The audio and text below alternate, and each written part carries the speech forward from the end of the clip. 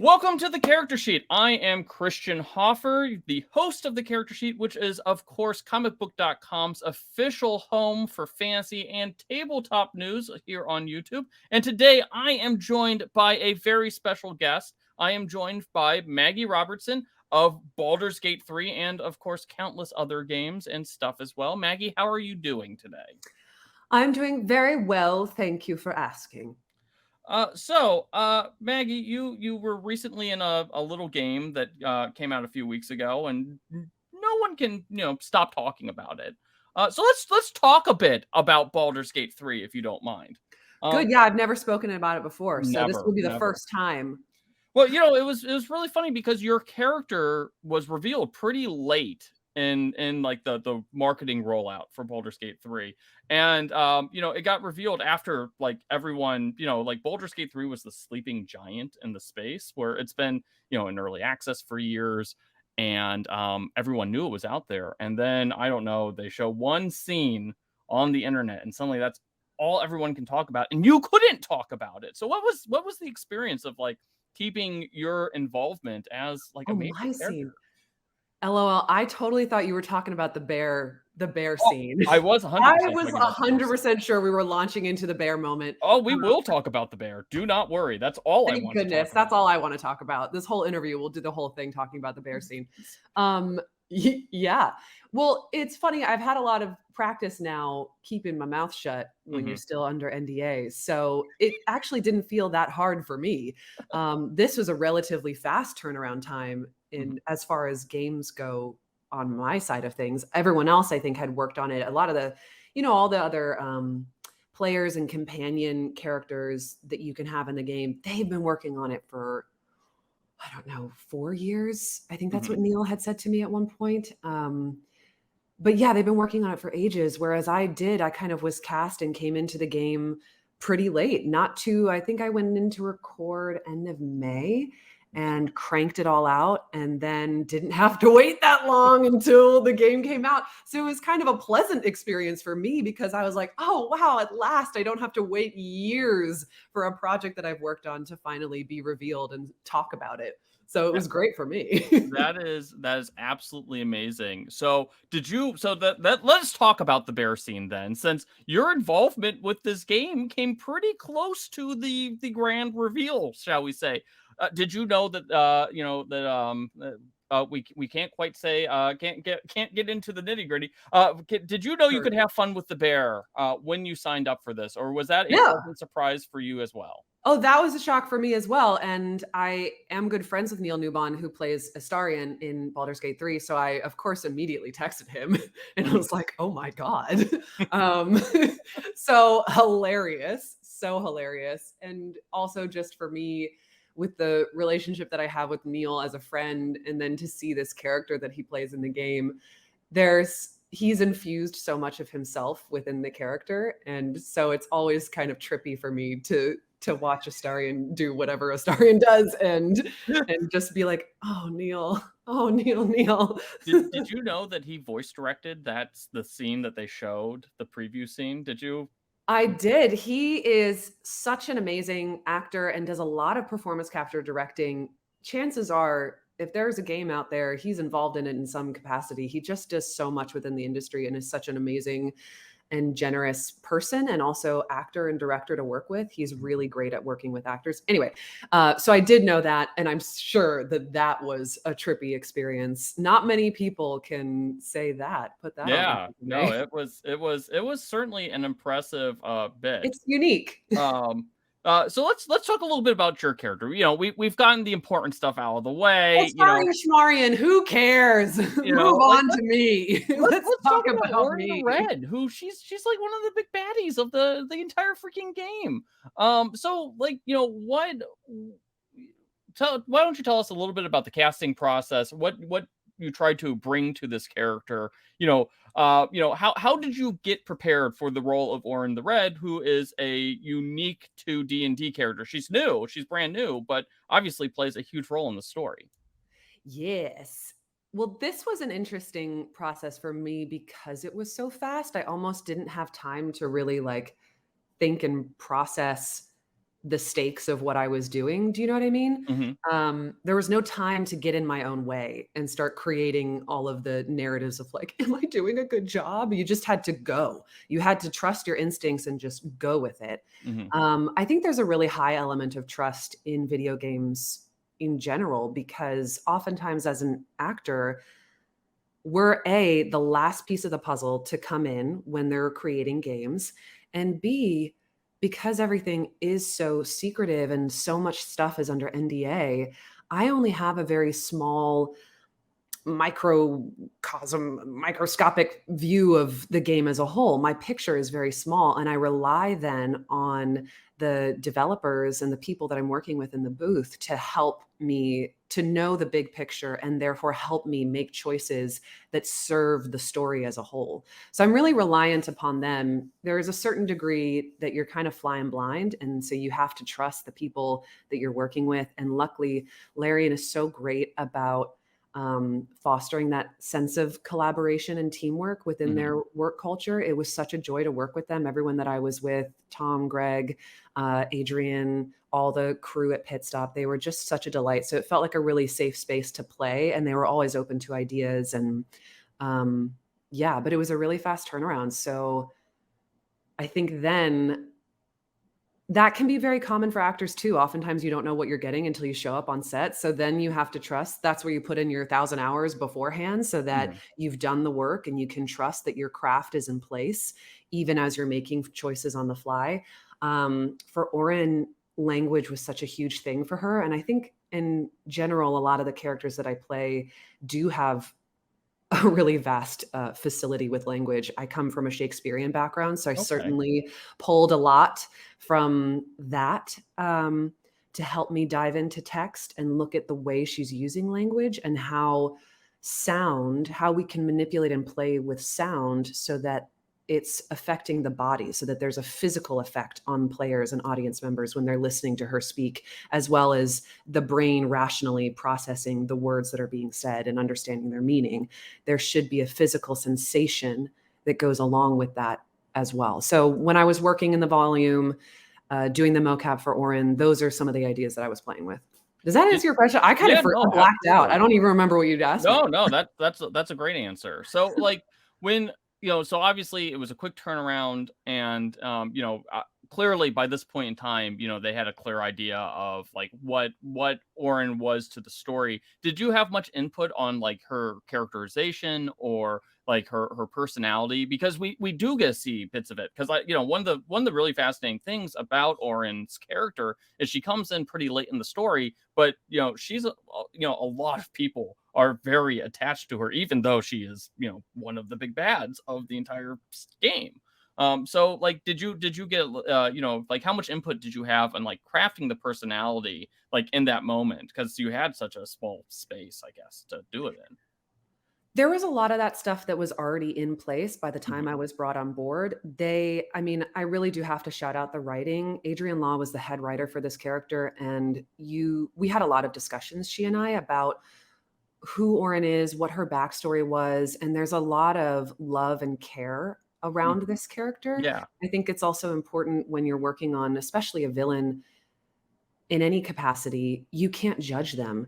You have to find the things that are lovable about them. And I really sensed that when I was working with Adrienne, that there was an immense love behind the work, even though she's horrific and sadistic in many different ways. Um, We can fix but her. yeah, we can totally fix her. Huh. That was hilarious to watch start to come into being the second she was announced. I was like, ah, yes, there it is. There it is. Yep. Um, but yeah, I think there's always room for ideas in terms of the physical characterization. It's really important for me, I think, specifically because I come from a Shakespeare background. The text is kind of sacred. So a lot of what I do starts with the text. Okay. And then what are choices that I can make that are supported by the text and by the story? So I'll make lots of different physical choices and character choices, how she's saying XYZ, blah, blah, blah. But for me, it always has to be grounded in the text and come back to the truth of what is exactly in front of me. Am I supporting the story? Um, That being said, there was a lot of stuff I liked to play with in terms of physicality.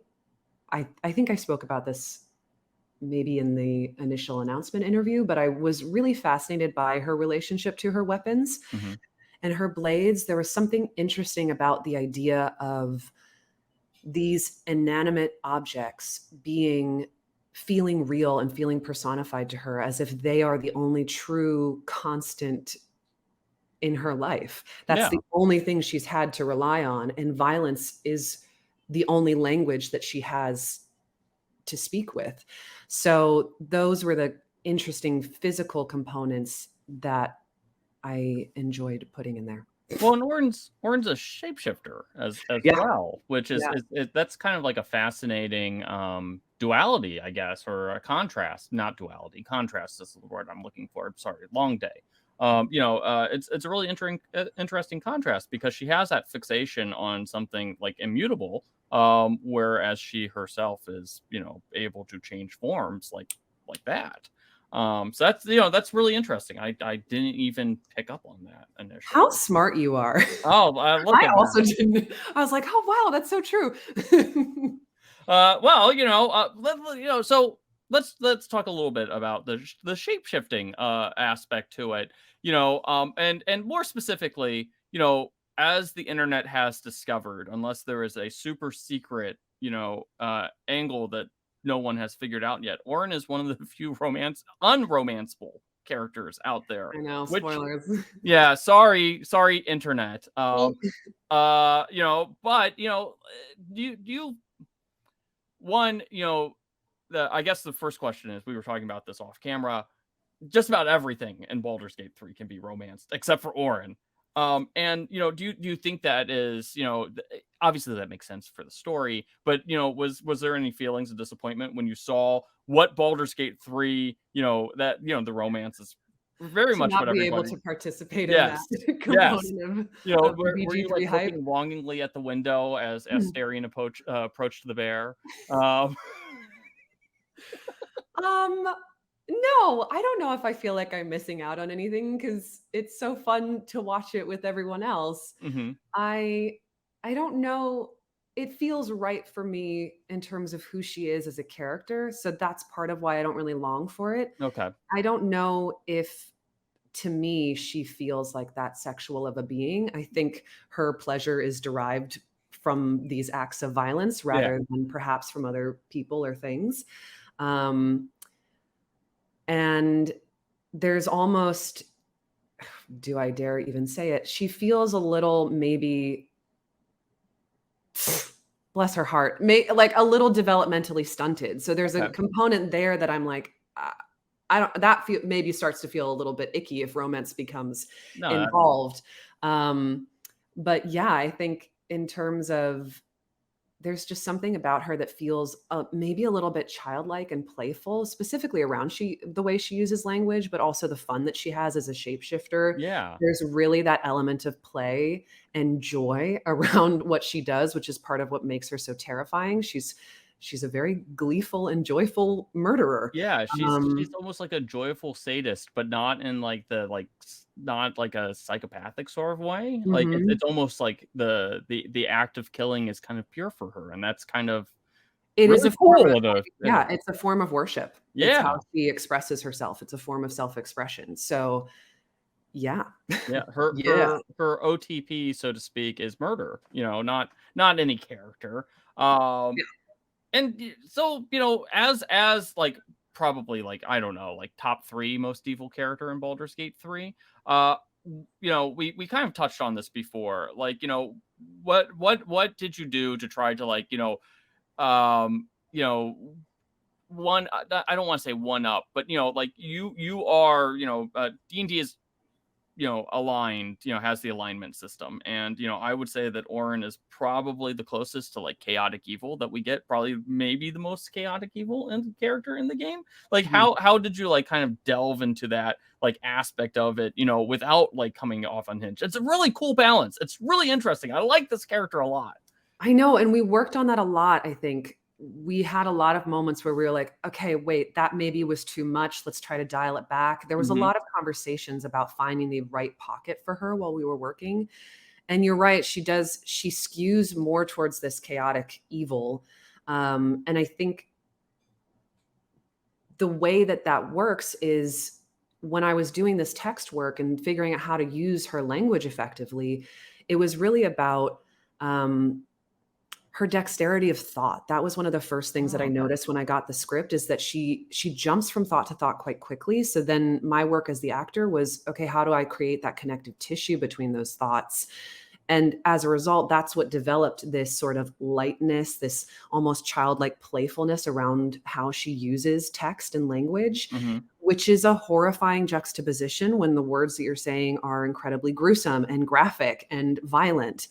And then it's about, how can I consistently make choices as an actor within the text that flip the script on its head and put the player on the back foot, so that there's always this unnerving sense of discomfort around Orin at all times. You can never figure out what she's going to do next. Her fear factor comes from her unpredictability, and she almost feels like this coil that's ready to spring. She's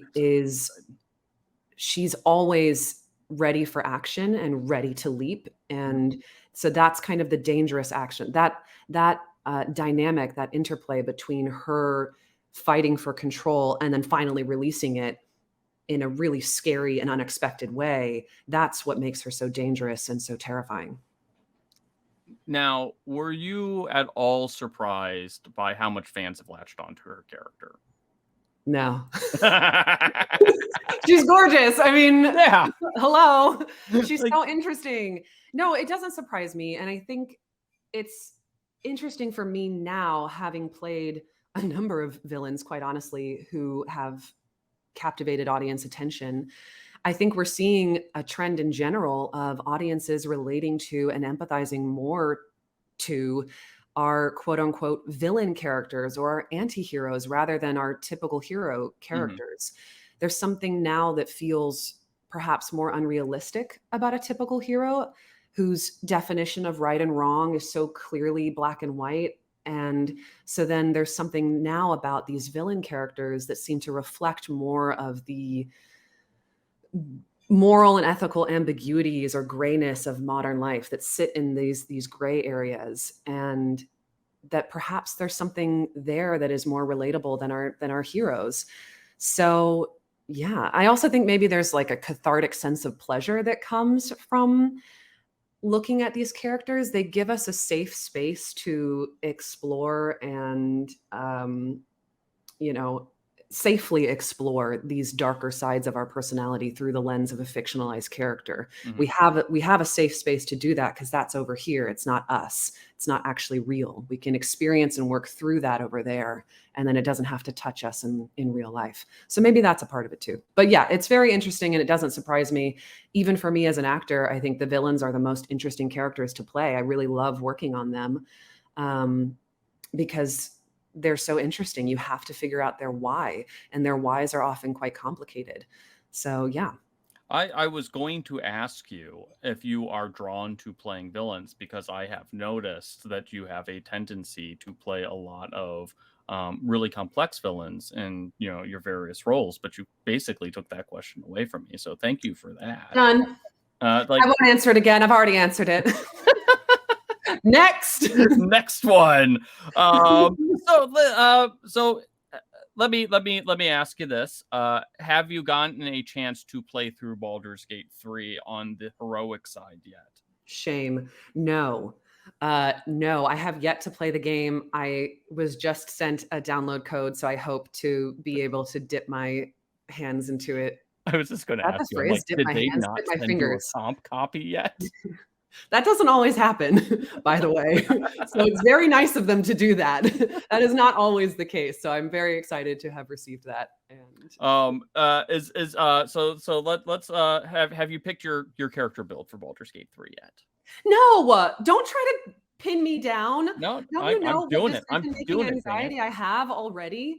No, but I will say I think I want to pick like the weirdest thing I could possibly be. I like to find the weirdest, most strange, bizarre character character to embody be that I possibly could. So you're going to be like a gnome warlock or something like that. I'm calling it I don't now. know, something weird. I'm going to like follow you on Twitter just for like I'm just going to sit there. I'm like, what's her character going to be? What's she doing? What's she doing? What weirdo thing is she going to be at? Have you played like this always feels like a weird question because like with actors it's like of course they're role players. They do this all the time. But have you played Dungeons and Dragons before? Okay, not a bad question because I'm really late to the game. Oh, just smacked my table. That's how I feel about that. I'm really late to the game in terms of D&D, although it does not shock or surprise me that I'm getting into it now. I actually didn't grow up playing it, and I also didn't really grow up playing video games, but I was a very avid reader and predominantly lived in this world of fantasy pretty much full time. I loved all of my fantasy books. And then my friends would make fun of me for reading books with dragons on the cover. And then freaking Game of Thrones became popular. And now all of a sudden my friends were reading books with dragons on the cover. And I was like, you hypocrites, and threw the table and you fit. And then was like, okay, cool. Yeah, no, it has been kind of weird living through like the new renaissance of fantasy. It's like Wheel of Time, or it's just like everyone's like, what is this Wheel of Time book? I'm like, let me tell you, friend. Reading it now. It's like, well, you have to understand, I remember back in the days when, there was only one writer attached to that series. Oh boy, deep cut. Yes, I love new fantasy readers, and they're like, "Oh, have you heard of Brandon Sanderson or Anne McCaffrey?" I'm like, "Baby." Okay, so yes. me and my producer had the same thought at the same time. We both, I was going to ask, like, are you an Anne McCaffrey sort of reader? Unreal. Yes, 100%. Every single one was also, I mean, just like great female characters too. So growing up, I was like, hell yeah, I want to be a dragon rider. Yeah. So my favorite thing about Anne McCaffrey is I read the spin-off series first, and I can't, like, shame on me because I can't remember what the name is. It's where the girl gets like the mini dragons, and so she has like all the mini dragons that follow her around, as opposed to like the actual Dragon Rider series. And I forget what the name of it is, and it's driving me nuts. I'm sure my producer is about not my forte. I remember what the covers look like. I'll be able. It's like a green cover and a blah blah. But I never remember what the name. So that is the Anne McCaffrey that I remember reading as a child, and so I went back as like this would have been like 10 years ago. And so I decided like my wife had the Dragon Riders of Pern books. And so I'm like, I'm going to reread this. And so I read the first book, and I do not, the spinoff series does not have the romance, shall we say, the very interesting, like, the dragons are mating and thus so must we. I was like, oh no. Oh my. Oh my, the spice. And it's like, for the record, it is Dragon Singer. The Dragon Singer series is the ones that I apparently read as a kid, which contains none of the spicy stuff. And so when I told my wife, it's like, oh yeah, I read the Pern books as a kid. Love those books. And my wife's like looking at me like, did you as like a 9-year-old boy read the Anne McCaffrey series? And I'm like reading, I'm like, I did not read this one. But I love when you mislearn something as a child, but like instill it as fact so confidently in your life, and then those moments where you're exposed and you're like, oh crap. Well, this is making me Jones for it. I'm going to go back and reread it the second we get done with this call. Look at this. This interview is, just bearing fruit. We all have homework here, I think. Yeah. We're going to do a Pern reread series on this YouTube channel. Yes. That's actually not a bad idea. Pete, mark that one down. But anyways, so tell me a little bit about your D&D characters. What has been your D&D experience? Well, I had the honor and privilege and so much fun. I would bleep, bleep, bleep, bleep, bleep, bleep, blah, bleep, bleep. Wizards of the Coast brought me on to play a one-shot game at PAX East last December. Oh, wow. What year are we in? 2023. Now? It's 2023. Yes. So I believe, don't quote me on this, maybe December 2022. And that actually was my very first game of D&D that I had ever Wow. played. So I told you I'm so late in the game, but because I am such a nerd in my life, the second I got the opportunity to do it, it was like bing, bing, bing, so fun. I created a 98-year-old tabaxi. So I was literally an old cat lady. Her name was Mima. She's the light of my life, and I think about her every day. That is amazing. And my home game, one of my players, he plays a human character named Gome, and every morning we roll to see if he is still alive because he's that old. Because he is an old human. He could have played as one of the many long-lived character races. And no, he chose to play as an old human, as like an 88-year-old human. So Oh we my have to roll gosh. every day to see if he dies. I freaking love that. It's been so much fun, and we're all just kind of like in. It's going to be great when he doesn't die in this like massive dungeon crawl that we're doing, but he just doesn't get out of bed one morning. But then I'm waiting for his ghost It to could come back happen. and I mean, haunt. it could happen. So it's funny. Pete is looking up. You were in the Dragonlance campaign. One of our like friends of the show, Johnny Stanton, played with you. Yes, he was. No, he played the game with me. Yeah, He was in yeah. my very first game of D&D. He's a delight. Yeah, Great. no, Go on. John, it is really funny. My fun Johnny Stanton story is, Johnny Stanton. So I live in Ohio, Cleveland Browns fan, like since I was born. Have had season tickets since they came back, and also my family's had it before that. And one day this random Cleveland Brown starts following me, and I'm just like, that was like, I don't Mhm. fanboy very much, but I was like, oh my god, like what is going on? What's happening? It's like, who is this Browns player? And turns out he's a giant nerd, and he loves D&D. And it was like, it was so awesome getting to know him during the COVID times. And then I got to be at the game that he scored his NFL touchdown. Like his actual NFL touchdown, Hell like yeah. and it was Full like a critical part of circle. the season. It was great. So yeah, no, we're big fans of Johnny. Sorry, We love we're Johnny. We are Johnny stands all the way, we are really going for off sure. into some weird places on this interview. We are, and if I can just humble brag, I don't know why I'm bringing this up, but can't wait for this to be clipped later. Sean Astin followed me on Twitter, and I absolutely lost my goddamn mind. Holy crap! I collapsed on the floor. Huge Lord of the Rings fan. Mhm. Died. Oh, and then I was at a convention. It might have been because of this. I don't know. But I was at a convention that he was also at. We had a nice interaction in the hallway. So, irrelevant. But then one of the fans at the con came up to the table and was like, "Oh my gosh, did you see that Sean Astin is here?" And I was like, "Yes, I love him." And they were like, "Yeah, I loved him in 50 First Dates." And I was like, "Oh no, the youth of today. That's the movie that we are linking Sean Astin to? I'll accept Rudy. It's only Lord of the Rings, for the record. Let the records show it's only Lord of the Rings, but My entire extended family, because we're Catholic Midwesterners, of course, the entire family is Notre Dame fans, and so they all wanted to see Lord of the Rings in theaters. And basically set their secret geekdoms like on fire, and like that's how my entire family came out as nerds. Basically because of Sean Astin being Rudy and then being Samwise Gamgee, and it like just set off like me and my grandparents saw every Lord of the Rings game like movie like during Christmas break when I was in like high school. It was like such a great time, and they were just like and like Samwise, like I wrote my college entrance essay about Samwise Gamgee. So it's just amazing.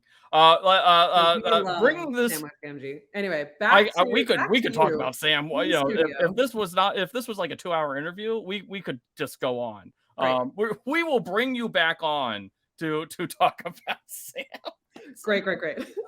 Anyways, bringing this back down. So you've done This Dragonlance. is serious. We're PAX East. focused. Yeah, focusing in. Getting one last good question in, because this thing's going to go totally off the rails if we go much longer. Great. We're so focused. Would you be interested in jumping into another actual play game? Like now you've gone to do PAX East, you've done Dragonlance, you've gone to do Baldur's Gate 3. Are you like, looking to expand into actual play? Because that's such a rise. And like, it seems like all the cool voice actors are doing it nowadays. All the voice actors are doing it now. Yeah, exactly. Everyone's doing it. But that's part of why I think we have so much fun is that it is acting and it's an outlet for that creativity. And part of the joy and liberation that I feel around doing voiceover and performance capture specifically is that you're not confined by how you look. So I can be a true character actor and play things that are all over the board. If I want to be a weird, creepy toad, I can. I would never get to play a weird, creepy toad in life on camera, So, so that's part of the fun of it, and why I think a lot of voice actors gravitate towards RPGs and D&D specifically. So, yeah, hell yeah. To answer your question, hell yeah, I'm always open to that. I love that shit. It's so fun. It's so fun to play with people who are also creative. It's really just a great improv exercise. It's really a lesson in improv, honestly. And so that's always a useful skill to have and to develop as an actor. And improv doesn't always have to be funny. I think that's a misconception. It's just about creating distinctive characters and creating narratives, which is what you do in D&D. And yes, it can oftentimes be quite funny, but it doesn't have to be. It's also about emotional truth and despair, death, destruction. So anyway. Anyways, well, so people out there, Maggie's looking to roll some dice. Get her on your shows, people. Crying out loud. How have you gone this far without being on all the shows? We're going to give Critical Role. Honestly, have you gotten a chance now that you're diving in? Sorry, just half side question. My producer's telling me to wrap it up, but it's oh no, no, it's fine. We're done. Okay. No, it's fine. One last side question: have you gotten a chance to get into any of the D&D shows or anything like that? No. Okay. Well, then looks like you've got some more homework to do. Get into a means of I've watched them, but I haven't gotten into them in terms of performing with them. Okay. But I am aware of. You're aware of them. I don't subscribe to all of them, but I watch all the clips and highlight reels on YouTube, the YouTube shorts and blah. And they're hilarious, and I really enjoy them. Yeah, no, absolutely. No. I was just wondering. It's since we're drawing out all your not so secret fandoms and nerdoms, just trying to pull out one more for to end this interview. Excellent. Yeah, and I'm still new to this. I would never claim that I am an expert on this, but I'm having fun. It's a fun place to be, and I'm enjoying myself, and that's what all these nerddoms are about. As long as you're enjoying yourself, go forth and prosper, my young son. That's about the best part about D&D and tabletop games in general is there's no bar to entry. All you need is a D20 and a willingness to have some fun. I love that. There's no bar to entry. Yeah, it's great. It's so true. Yeah. Well, anyways, we should wrap this thing up because we've been talking for a while. Thank you so much. We successfully avoided talking about everything except Orin.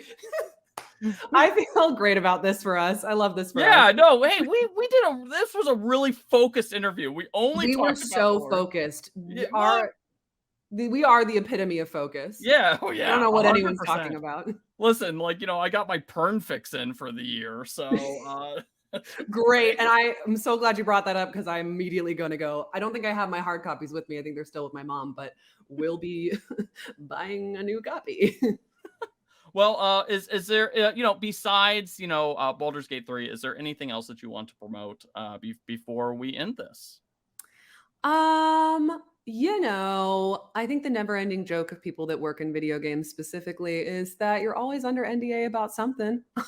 So stay tuned and you'll hear or see me or whatever me in a game. Well, that sounded dirty. Didn't mean it that way. But anyway, scrap that. But anyway, you will experience me in some way in a game coming up. Awesome. I love where this is going. Can't wait. Can't wait for the internet on that one. Anyway, yeah. Other than that, if you need your Maggie fix, I have a shop on Streamily where I'll send you an autograph print, or I'm on Cameo now. So yeah. You can also follow me on social media at Maggie the Bard across all platforms. That's all. Okay. Yeah. Nope. I think ended strong. Yeah. That's all. Yeah. Well, if you're still watching, thank you so much, and